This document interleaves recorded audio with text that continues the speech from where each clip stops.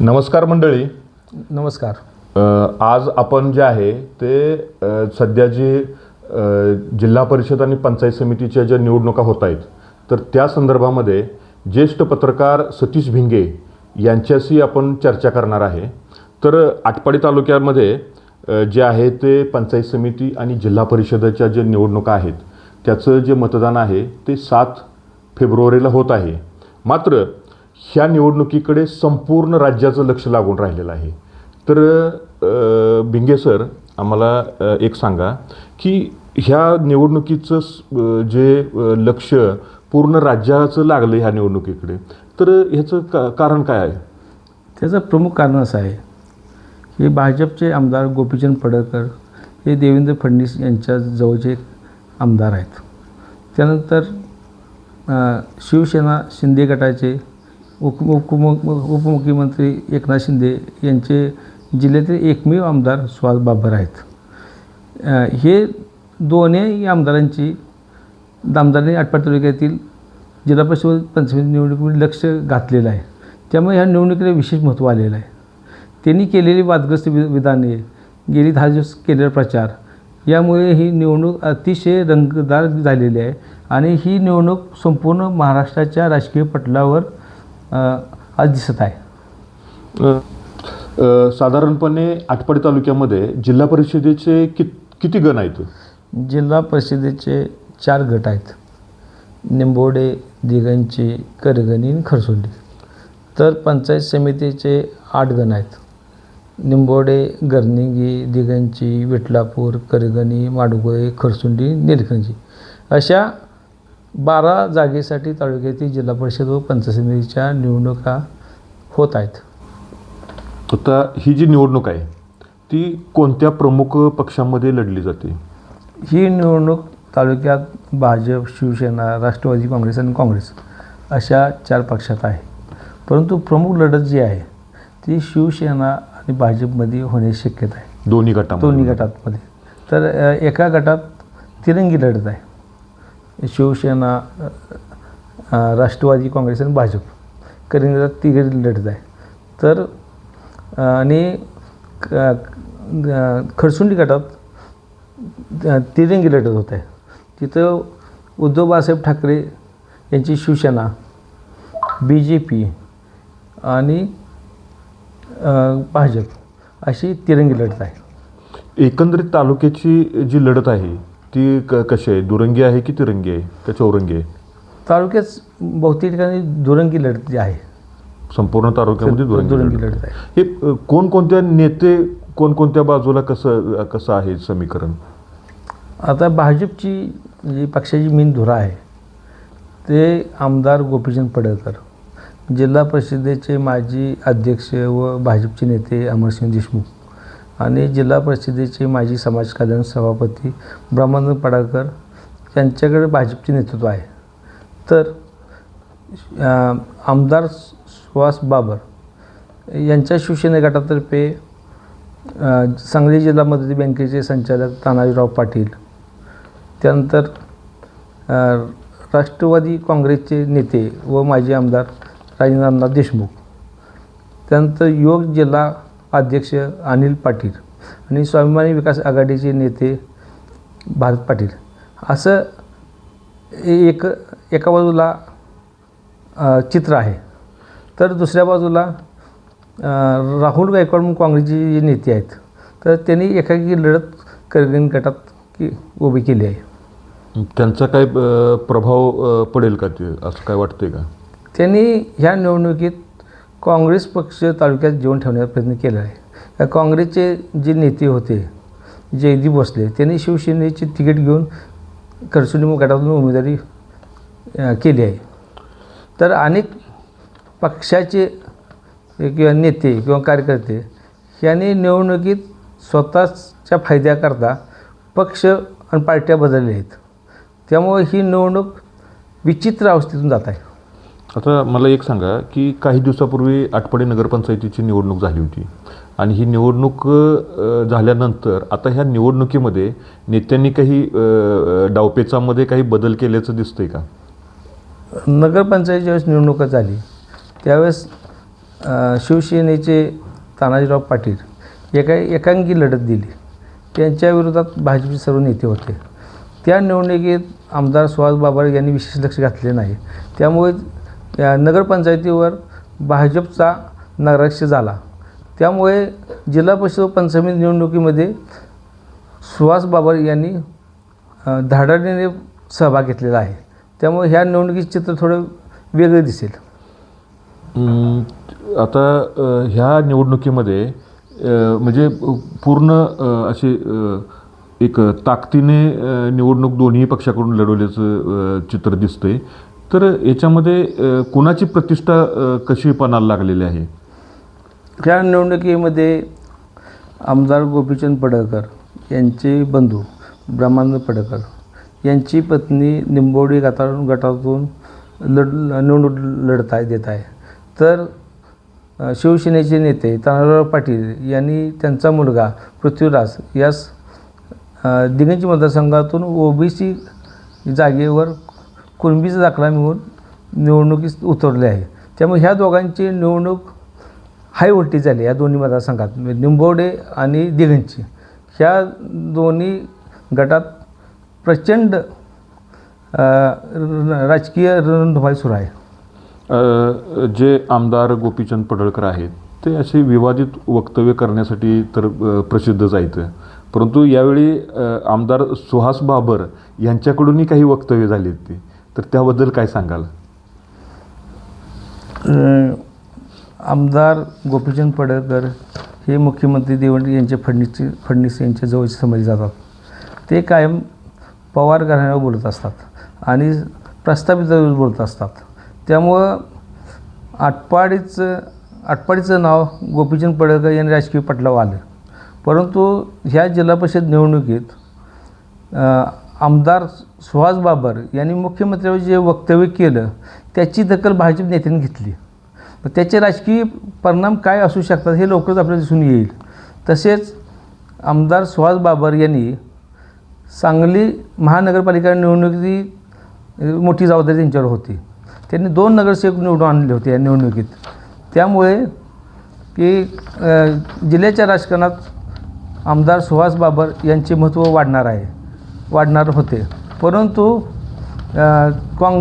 भाजपच्या लोकांनी त्यांचे महत्त्व वाढवू नये म्हणून या निवडणुकीत राष्ट्रवादी काँग्रेसच्या पार्ट्यात नगराध्यक्ष उपनगराध्यक्षाचे माप टाकलं. त्यामुळे सुहास बाबर यांचे महत्त्व कमी करण्यासाठी प्रयत्न झाला. परंतु राज्याचे उपमुख्यमंत्री एकनाथजी शिंदे आहेत. त्यांचा एकमेव आमदार सांगली जिल्ह्यात म्हणजे सुहास बाबर आहेत आणि त्यांच्या पाठीशी ते ठामपणे आहेत. त्यामुळे ह्या निवडणुकीला विशेष महत्त्व आहे. हे जे जिल्हा परिषद असू द्या किंवा ग्रामपंचायती असू द्या ही कार्यकर्त्यांच्या निवडणुका म्हटलं जातं. परंतु आत्ताची जी ही निवडणूक आहे ते या निवडणुकीमधले जे उमेदवार पाहता आपल्याला काय वाटतं? ही कार्यकर्त्यांची निवडणूक आहे का भांडवलदारांची निवडणूक आहे? गेली मी 40 वर्ष पत्रकार म्हणून काम करत आहे. आत्तापर्यंत निवडणुका झाल्या ह्या कार्यकर्ते निष्ठा पक्ष ह्याला जास्त महत्त्व होतं. परंतु ही निवडणूक 2 नेत्याच्या राजकीय प्रतिष्ठेत झालेली आहे. त्यामुळे त्यांनी उमेदवारी देताना जो विन होईल आणि ज्याच्याकडे पैसा आहे अशाच उमेदवारांना उमेदवारी दिलेली आहे. त्यामुळे तालुक्यातील 10 दिवसात एवढे पक्षांतर झाले, एवढे कार्यकर्ते वेगळ्या पक्षात गेले आणि एकाटात गेले.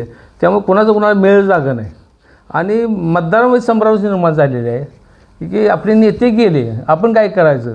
मग आता मतदार अशा अवस्थेत आहे जो पैसा देईल त्या बाजूला मतदान करायची अशी भूमिका काही मतदार बोलत आहेत. काही निष्ठा राहिलं नाही, पक्ष राहिला नाही, कामाचा विषय राहिला नाही. विकास कामं बघून निवडणूक जिंकता येते हे चुकीचा समज आहे. कारण आटपाडी नगरपंचायतीची निवडणूक झाली ती केवळ पैशावर झाली. त्या निवडणुकीत 2000 पासून 25,000 रुपये मतदाराला पैसे दिले गेले. त्यामुळे एवढ्या मोठ्या प्रमाणात पैसा आला ह्या निवडणुकीत. एका वार्डात 1 कोटी रुपये खर्च झाले या निवडणुकीत आटपाडी नगरपंचायती निवडणुकीत आणि ती जिंकली गेली. त्यामुळं आता ह्या जिल्हा परिषद निवडणुकीत उमेदवार मिळणं अवघड झालं. हेच आणि चांगल्या कार्यकर्त्यांनी उमेदवार मागणं बंद केलं. आटपाडीचं झालेल्या निवडणुका खर्च बघून उमेदवार असे भीती झाली. कार्यकर्ते निष्ठावंत कार्यकर्ते म्हणजे तळागाळात काम करणारे कार्यकर्ते धास्ती निर्माण झाली की बाबा आपण पैसा असल्याशिवाय निवडणूक जिंकू शकत नाहीत. नेत्याचं वर असतं पाहिजे आणि परत पक्षाचं तिकीट पाहिजे. त्यामुळे ह्यावर्षी उमेदवार संख्या पण कमी झाली मागणी करण्याची. साधारणपणे निवडणुका असतील तर त्या टायमाला जे आहेत ते स्थानिक मुद्दे, स्थानिक लोकांचे प्रश्न ह्यावरती नेते मंडळी बोलतात. परंतु आत्ताचं जे पूर्ण निवडणूक कॅम्पेन आपण जवळून बघितलेलं आहे, तर याच्यामध्ये असा कुठला तुम्हाला मुद्दा दिसला का की बाबा जो मुद्दा जो आहे इथल्या जनतेच्या जीवाभावाचा, कळवळ्याचा मुद्दा आहे? तर ह्या निवडणुकीत भाजप पक्षातर्फे प्रचार जो केला गेला तो काय प्रचार केला गेला की देशात भाजपची सत्ता आहे, राज्यात भाजपची सत्ता आहे आणि तालुक्यातसुद्धा भाजप सत्ता येणे गरजेचं आहे किंवा जिल्हा परिषद भाजपची सत्ता येणे गरजेचं आहे असा त्यांनी प्रचार केला. त्यांनी अनेक योजना सांगितल्या.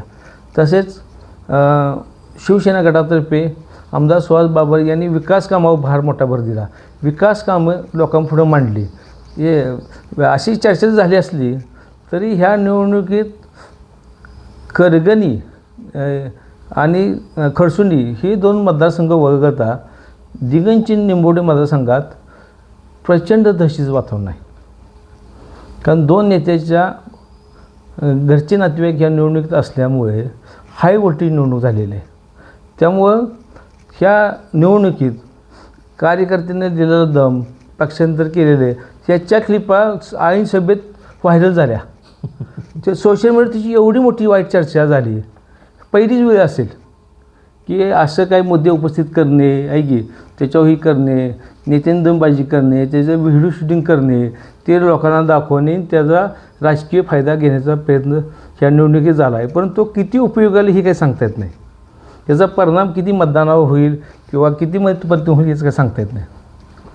साधारणपणे जे नगरपंचायतीची निवडणूक होती आणि त्या निवडणुकीच्या अगोदर जे भारतीय जनता पार्टीचे जे अमरसिंह देशमुख आहेत त्यांच्या गटाची एक बैठक त्यांची ह्यांची युती होण्याच्या अगोदर पार पडली होती.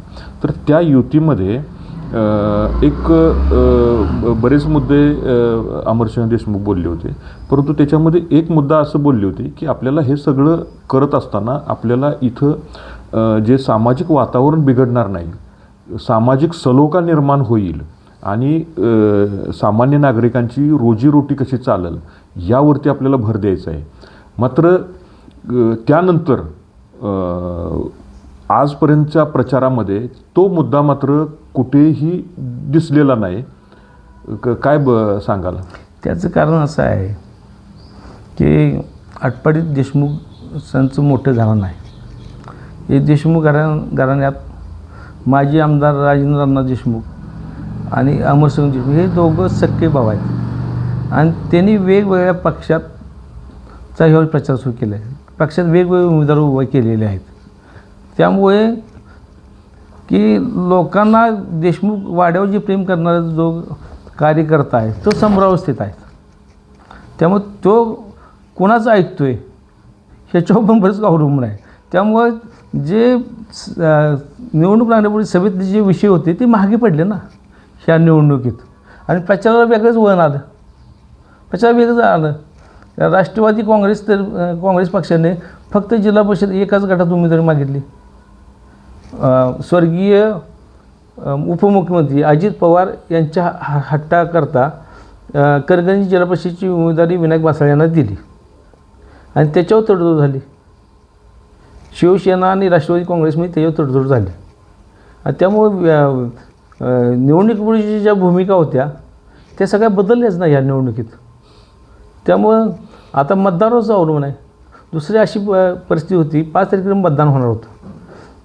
ह्या भागात धनगर समाज फार मोठा आहे.